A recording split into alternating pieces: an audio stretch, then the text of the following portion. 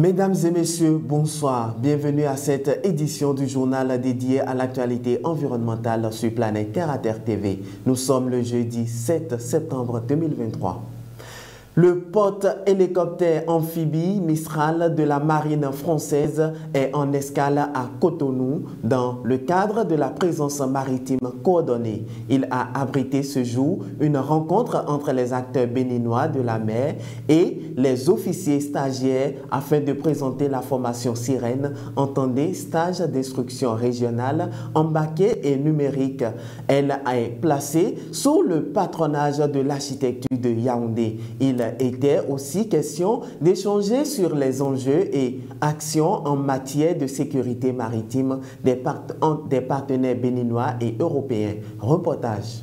La sûreté et la sécurité maritime sont des enjeux stratégiques pour l'Union européenne et ses États membres, sont aussi des enjeux vraiment stratégiques pour tous les pays du Golfe de Guinée. À cet effet, 28 officiers de marine issus de pays du Golfe de Guinée sont accueillis à bord du porte-hélicoptère amphibie Mistral de la marine française pour la mise en œuvre du programme Sirène. Il se déroule au bord de ce navire-là une formation qui s'appelle Sirène, où des experts, donc des officiers de marine, mais aussi des experts du monde maritime, des affaires maritimes, se retrouvent ensemble pour une formation commune et dans le cadre de la régionalisation de la sécurité maritime. Ce stage, démarré le 24 août dernier à Dakar, est une initiative de la Marine nationale française soutenue par l'Union européenne. On est dans le cadre d'une présence maritime coordonnée avec une équipe française qui a mis en place ce magnifique navire.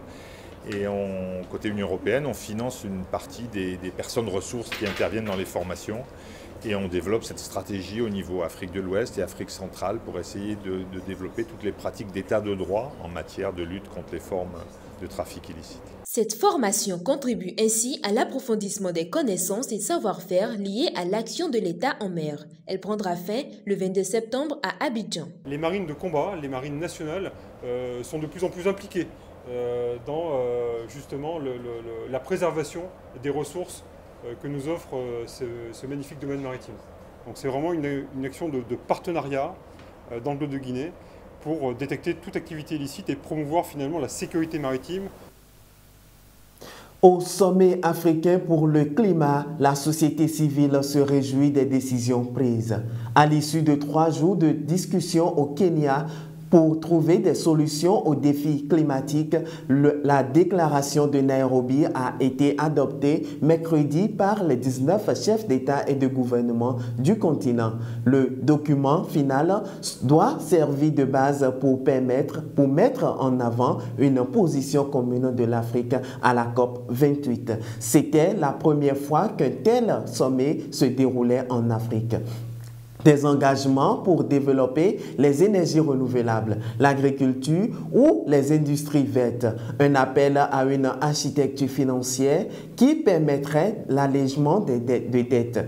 Ou encore un projet de taxe sur le carbone. Dans la déclaration de Nairobi, les chefs d'État africains soulignent certes les besoins de financement, mais ils mettent largement en avant le potentiel du continent.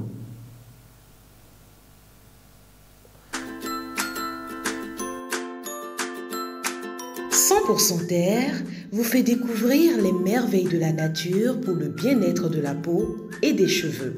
100% Terre, c'est des beurres végétaux, des huiles végétales, des graines et des poudres. Passez votre commande en un clic.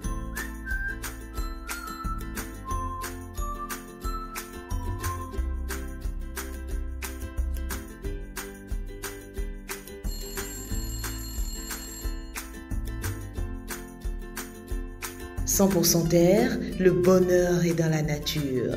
100% Terre, un produit de Terre à Terre Bénin. » Dans un monde confronté à des défis environnementaux, l'innovation devient une lumière d'espoir. Roland Adjovi, promoteur des charbons écologiques EcoSica et coordonnateur des établissements Apirens, propose des foyers améliorés comme une réponse contre les effets dévastateurs à la base des changements climatiques. Notre équipe a effectué une descente à l'unité de production du dit établissement. Voici le reportage de Orné Lagbeyon et Freddy Adjarossi. ces foyers améliorés permettent quand même de préserver l'environnement en prenant soin, n'est-ce pas, de faire des cuissons propres. Les foyers améliorés sont une innovation relative aux énergies renouvelables. Ils sont économiques et avantageux. Les foyers améliorés que nous faisons lorsque nous mettons le charbon écologique dedans, cela permet de maintenir la chaleur de ces charbons-là sur une longue période. L'une des particularités de ces dispositifs est leur conception à base de l'argile, une matière rocheuse naturelle. C'est fait avec de l'argile. Et l'argile, c'est un élément moteur qui permet, n'est-ce pas, de contrôler, comme je l'ai dit, la chaleur, la température et aussi de faire durer sur une longue période nos ustensiles de cuisine. Se procurer les foyers améliorés revient ainsi à contribuer à la lutte contre la déforestation et l'atténuation des effets du réchauffement climatique. Nous avons tous l'obligation de lutter contre la déforestation. Nous avons pour obligation, n'est-ce pas, de lutter contre les gaz à effet de serre, etc. Donc ces foyers-là nous permettent quand même d'utiliser des solutions pérennes pour pouvoir lutter contre ce phénomène.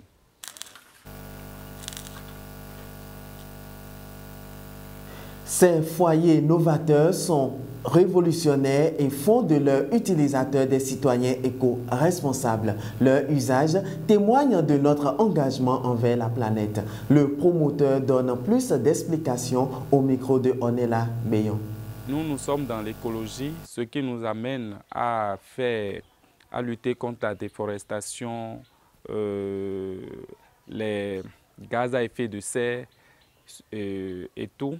Ce qui nous amène à pouvoir faire du charbon écologique. Et c'est ce charbon écologique qui nous amène au foyer amélioré. Le travail que nous faisons, c'est de produire ces foyers-là et de rendre ça disponible sur le marché.